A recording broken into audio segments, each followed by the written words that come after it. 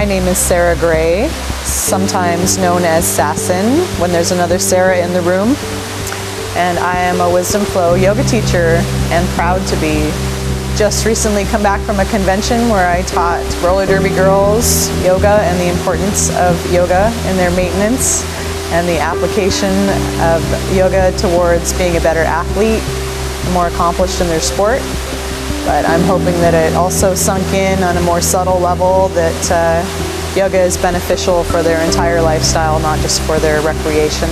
We have different reasons that bring us to yoga, but overall, every time we finish a yoga class, it's always 100% better than when we walked in.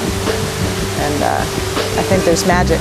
The evolution of derby now, at first it was such sort of an alternative punk rock thing to do, and I think it generally attracts the A-type personality, maybe a little more anarchistic, definitely a don't tell me what to do, but then they're learning how to play a team sport together, so there's something in them that wants to cooperate, and so they're learning about themselves through joining up with the derby, and as they discover more about themselves and their bodies and how it feels to cooperate, how it feels to tap into their own inner power and their physical strength as well as their mental strength, I think that yoga becomes a lot more inviting to them, especially if they can get past the idea that it's something that's going to make them soft.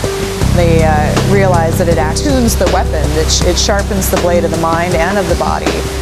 Like if you look at people that practice any kind of martial arts, they tend to be the most peaceful in a way. They walk a peaceful path and they tend to be more quiet and centered and soft and maybe a deeper appreciation for the subtleties of life because they are in that flow of combat and competition, and you have to be present to experience that or else you get knocked off your block. Absolutely. The more empowered people are, the less defensive they are. I remember one of the questions on our final exam for Wisdom Flow is why do we practice yoga? And it's to remind us of who we are. And that can be in a broad sense, who we are as a spirit, as a soul, our choice of life to incarnate or be on this planet. But it's also a daily reminder of who we are, for me, because I'm prone to forgetting. I gotta go, gotta get it done, I got a list, I got some things to do, and it's this sort of like overstimulated, over-accomplishing drive, and I think that is a global condition, very much North American as well, and taking the time to check in with yoga, oh, I haven't taken a full breath all morning long, or I didn't even realize how stiff I am, or I didn't even realize how tense my mind is or how scattered I am, and just taking a few minutes out and checking in is remembering daily who we are and daily what it's supposed to feel like. You can be busy and accomplishing and creating, but it should be enjoyable the whole way. It should be satisfying and not urgent, pressing, that thing that happens when we take on too much. You can do it with your neck long the whole time. So it takes a practice to remember that, because I think we can all agree when we're sitting together and we're backing each other up on the concept that life is supposed to be fun.